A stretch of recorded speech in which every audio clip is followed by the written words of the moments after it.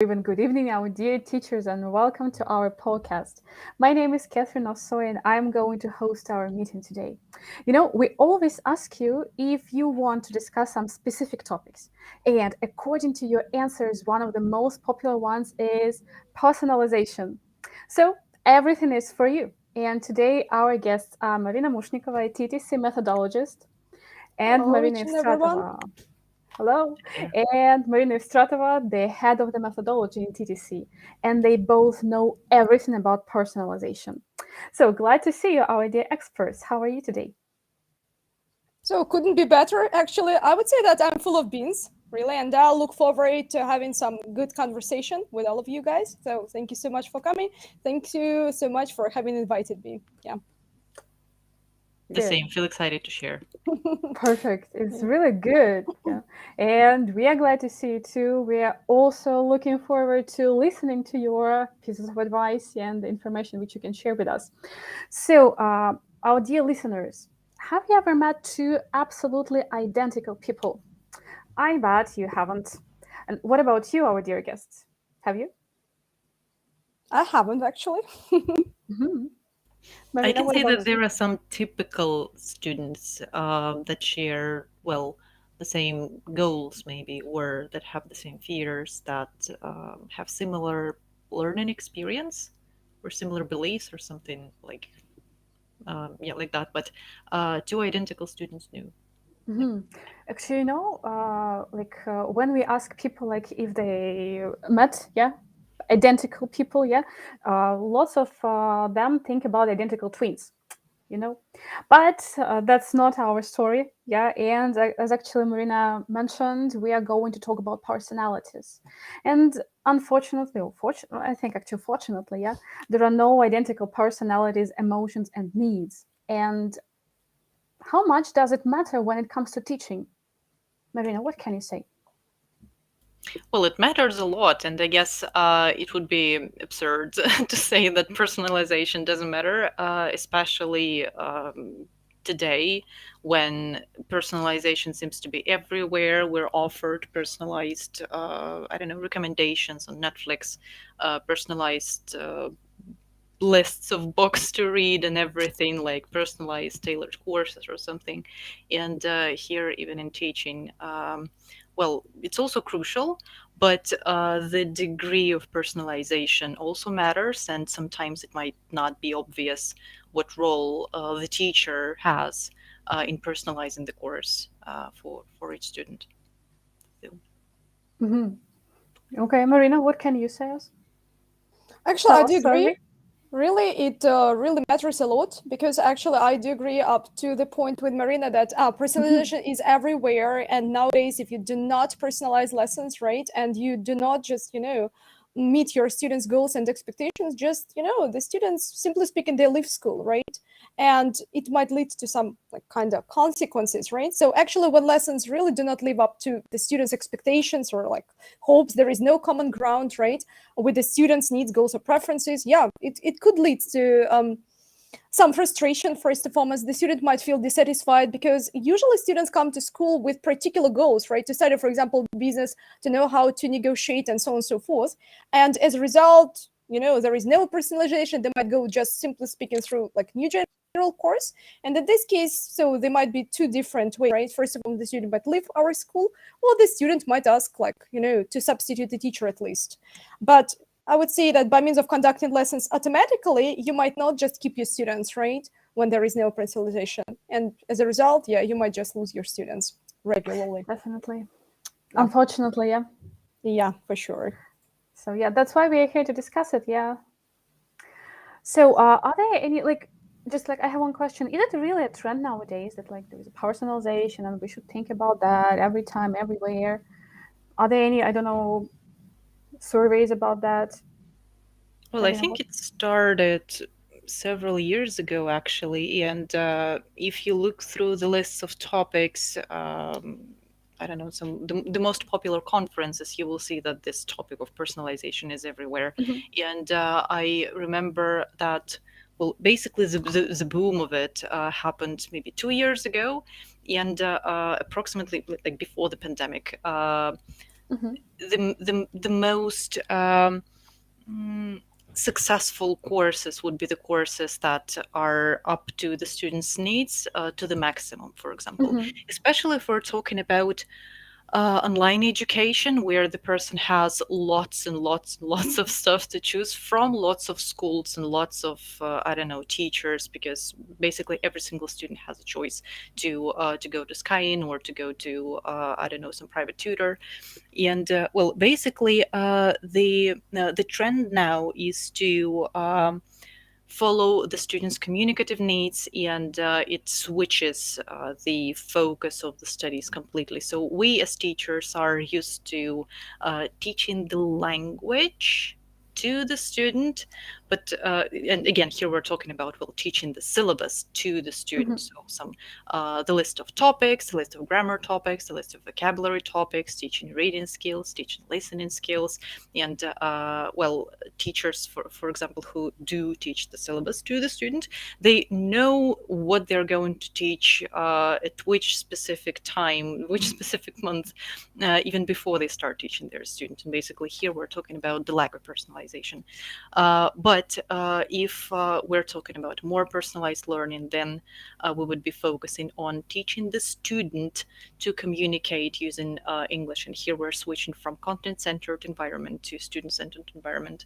And for example, this is why there are some courses like for taxi drivers, for nurses, for fitness coaches that are specifically about very, very narrowed things that people need. And well, basically, this narrow focus is the thing that makes those courses useful and successful, if we're talking about, you know, the popularity and the usefulness of such courses, because they are up to the students' needs at this point.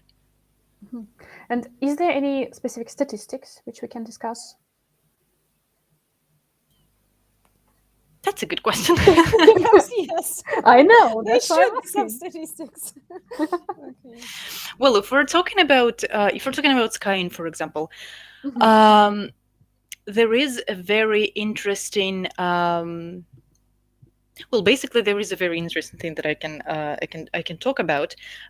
We do know that if if at least 60% of the content that the teacher uses corresponds to the students' needs and goals, and by needs and goals we mean well, something that we can call a general.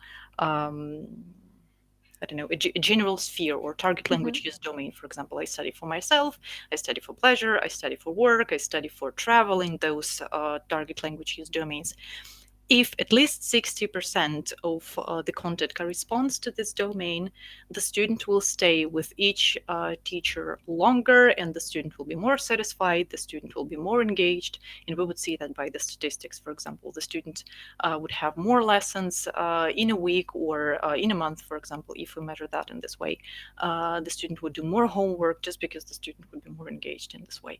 So, switching the material is such a simple thing. You basically don't need to do anything. You just change one topic to another.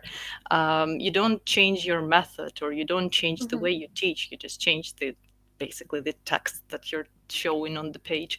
It changes a lot in basically in the student satisfaction, the material that you use.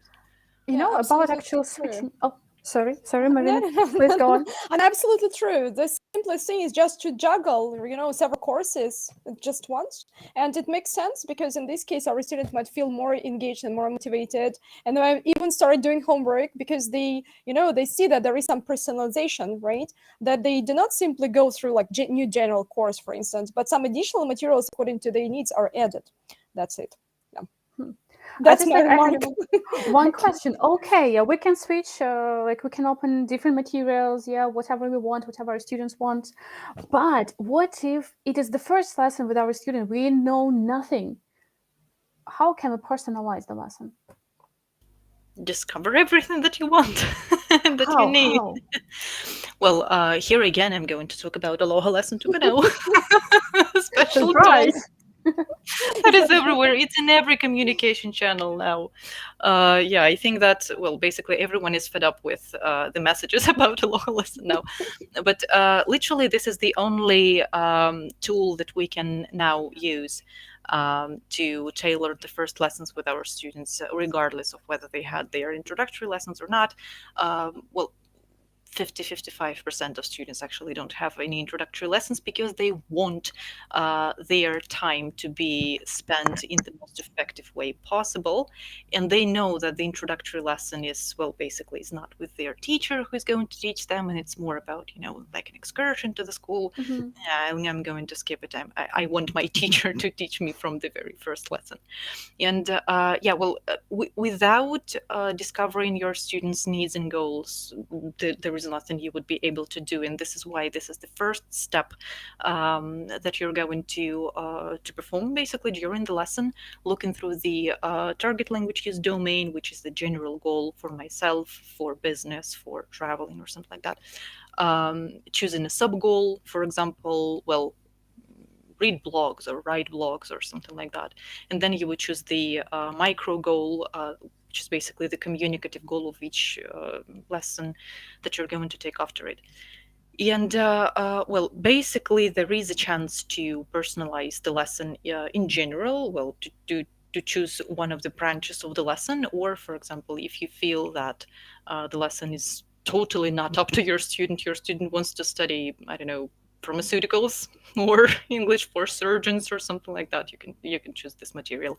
But you will never find this out if you don't talk about the needs and goals. And again, I do know that, well, all of the teachers uh, do ask about the goals in some form. But well, the majority of teachers that, for example, come to us to ask for advice because they have some troubles with the goals, they do not, well, and juggle those goals into micro goals. So basically, if we're talking about personalization, we would need to know which specific micro goals our students and communicative goals our students would need to follow. So the more detailed the information is, the better. Okay, Marina, thank you for your answer about the first lessons, yeah, how to analyze it. And now we can continue talking about the materials on the platform or the content, yeah? Okay, Marina, you have already mentioned that we can choose any materials we want. Can you give us some, I don't know, pieces of advice, some combinations, how we can do it? Yeah, sure. Because actually, you might feel a bit puzzled, right, while searching for some particular Mm-hmm. materials. But always remember, that apart from using, again, the main course, like maybe new general course that is suggested, right, to follow according to the student's profile, or it's because of the introductory lesson, the material, for example, is indicated in the introductory lesson. You can also add some materials, or you can juggle, as I've already mentioned, right, juggle a few courses at once, right? Or you can just combine them from other sections on the platform. And the most obvious combinations, yeah, are as follows. If we're talking about, for example, particular goals like, for example, our students adores, I don't know, like authentic materials, or they're willing to watch some movies, TV series in English. Of course, apart from new general English, you might follow, for instance, you might take some sections from video practice, right? Or it could be even, for example, news. There is special section media with news, right? There are some authentic videos there, and Mm-hmm. you might start discussing them with your students. Or, for instance, if we're talking about like for example, English for traveling, that's quite an obvious goal, right, for our students. So there might be such combination as new general English, and for traveling, for instance, also could be, or like situations from the section, from the course living abroad section, right? But as for business, there is, I don't know, broad field on the platform. We can just start with business situations, new business English. Also, apart from it, you can just even use articles, because there is some basic like business, sorry, terms there, right? And also some news might be added. So it's up to you really, but the more personalization you get, the better. So try to add something new. You don't have to be very, very limited. So even though there is like kind of, I would say, instruction, right, to use like new general course, it doesn't mean that you have to follow strictly. You may just at least add something new, right? Try something new, and you will see if it's going to be working with your student or not. That's it. Okay, so I see there are lots of combinations which we can try with our students. Yeah. Yeah, for Um, sure. Very good. So choosing an appropriate course and making a combination of courses is a good idea. But what if there are any particular skills which our student needs to work on? How to deal with it? Well, I can say that there are lots of things that teachers can do. And this is my answer. That's all. Obviously. Lots of things. No, literally, there are lots of things, and it would depend on what your student would need.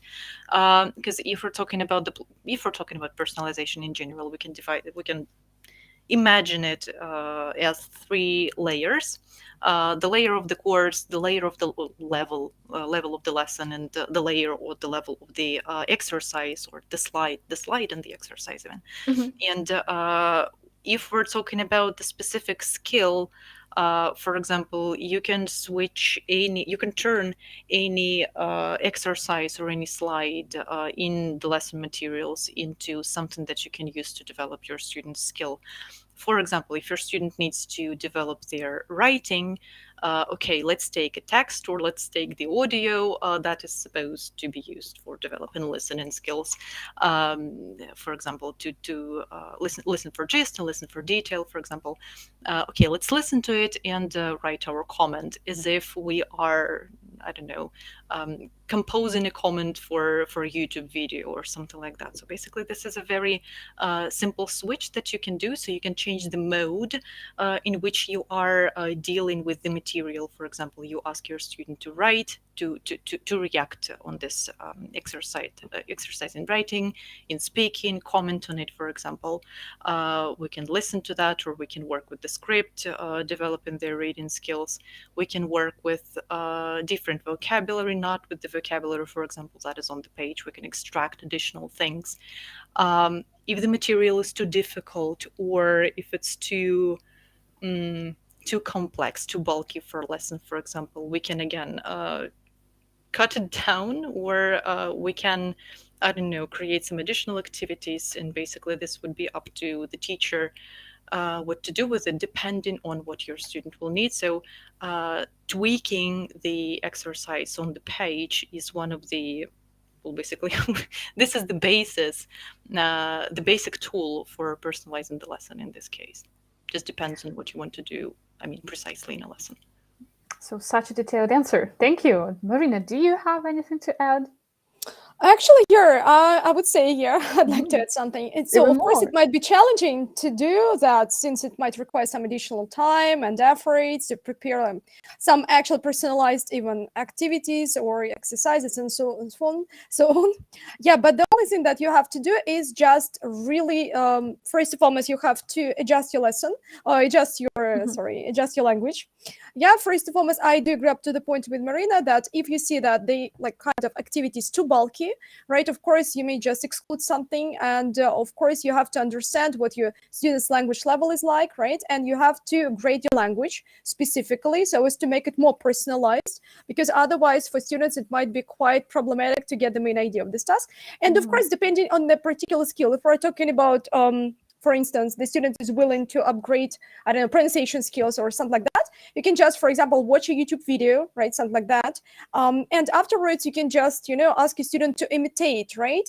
Just to read, for example, the transcript using the same intonation, copy the same intonation, the same maybe even gestures, right? It's gonna also be quite productive for a student, for example, to make pronunciation better. There might be different variants here. It's up to you. You have to be very flexible, and you'd better have some imagination, right? So Yeah. while designing your particular activities, because you can just make it like from scratch, design it from scratch.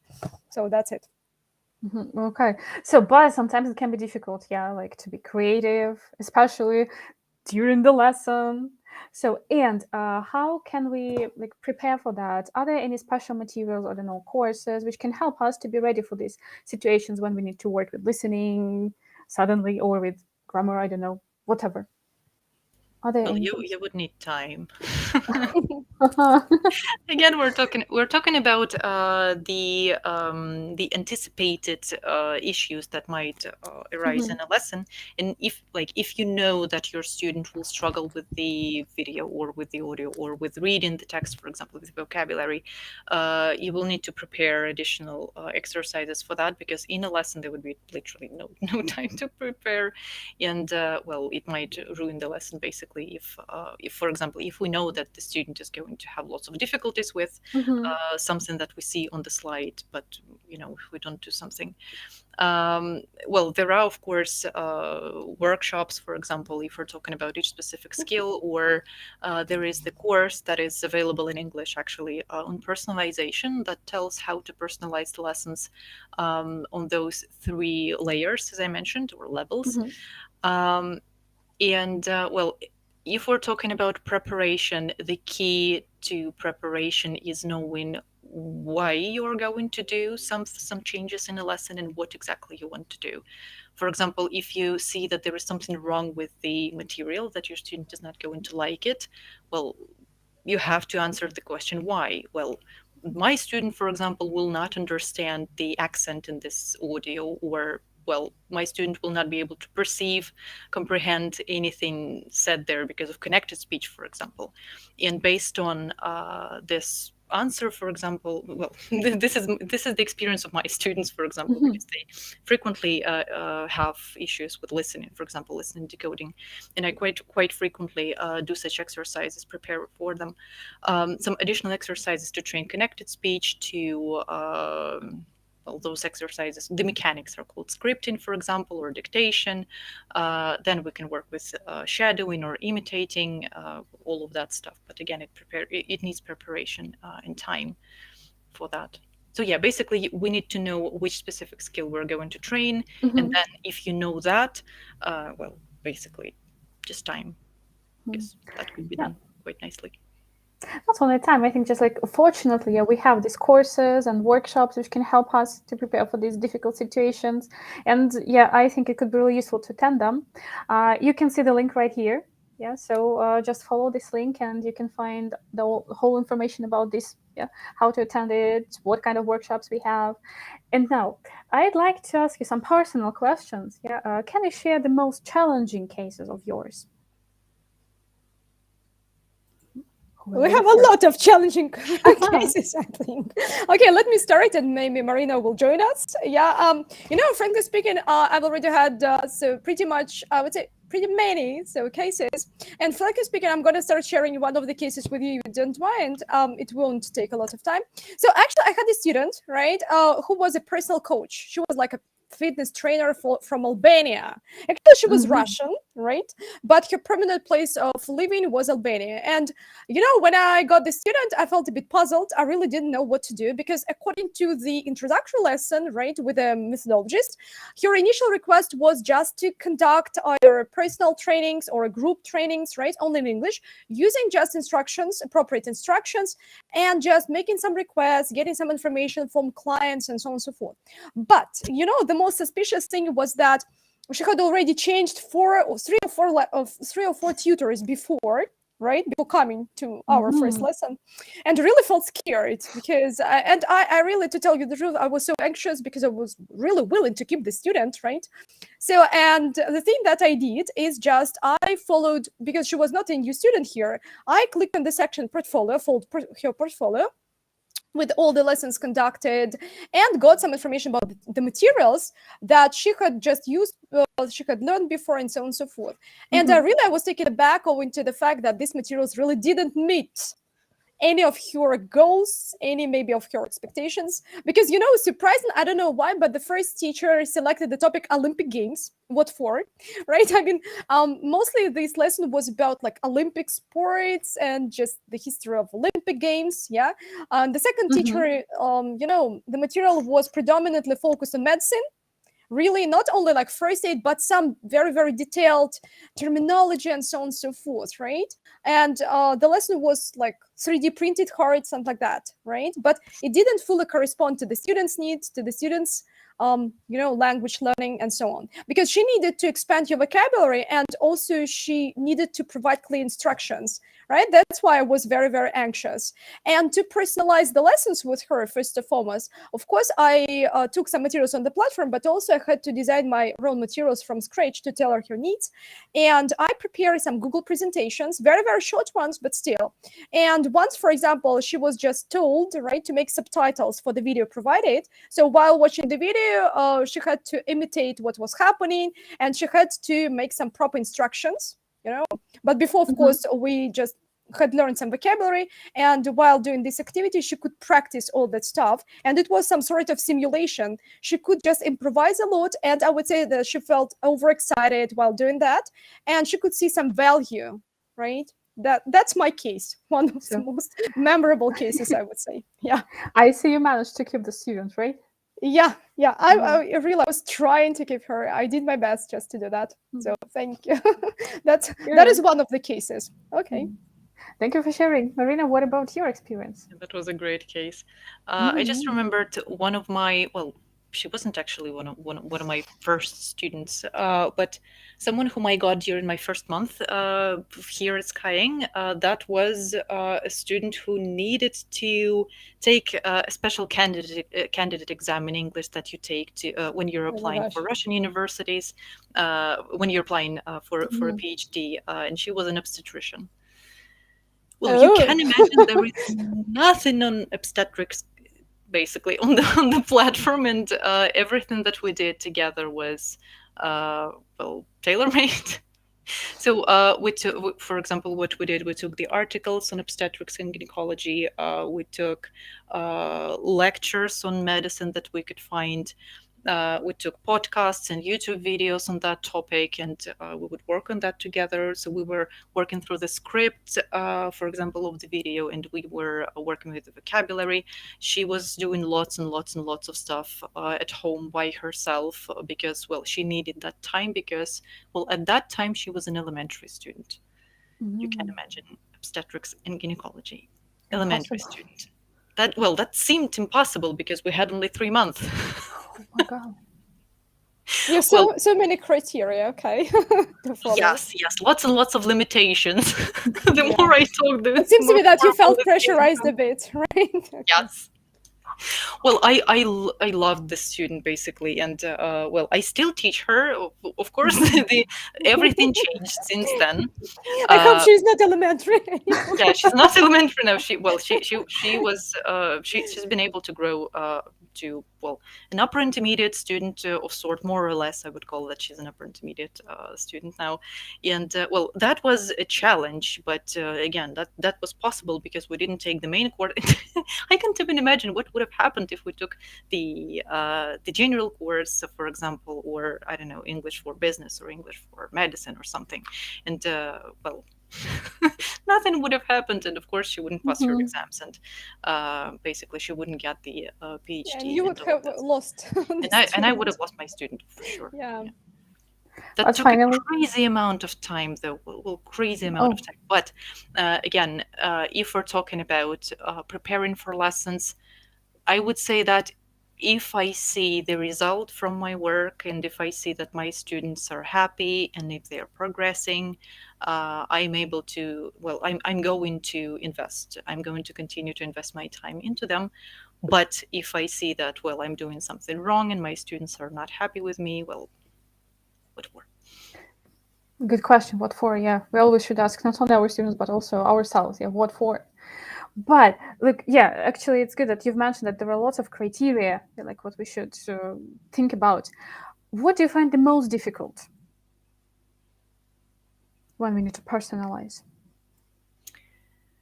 To me, um, well, apart from time that I don't Of course. have, well, all of us are busy, and I guess this would be the main thing. Apart from that, I would say that the emotional pressure, the expectations that your student has, would be a challenging thing to cope with. And one more thing that might be difficult and might ruin everything that you do are the students' beliefs. I Mhm. mean, if they're not ready to trust you, for example, if they think that they have to be taught in one way only, like read and translate, and nothing more.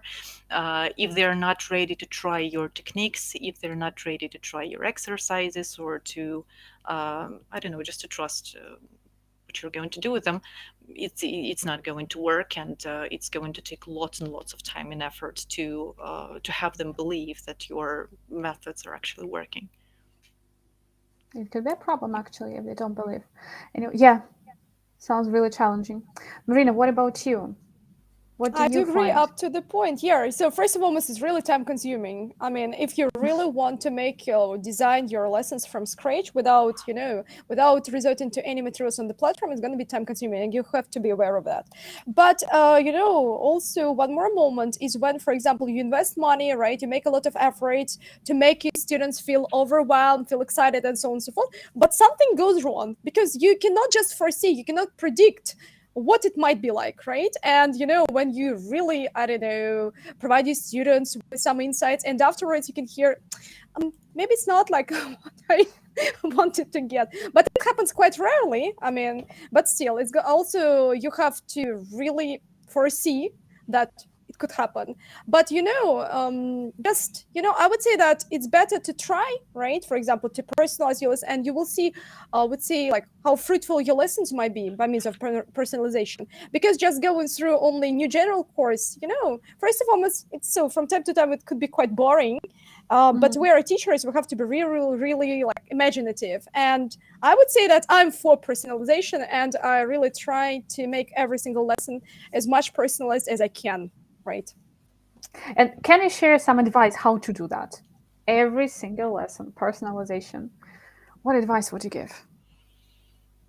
Don't give up and start and start searching for new material. That's a good piece. Marina, so what would you say? Well, I can add that there is a crazy blizzard outside my window, so this is why I'm looking, looking there all the time. Sorry.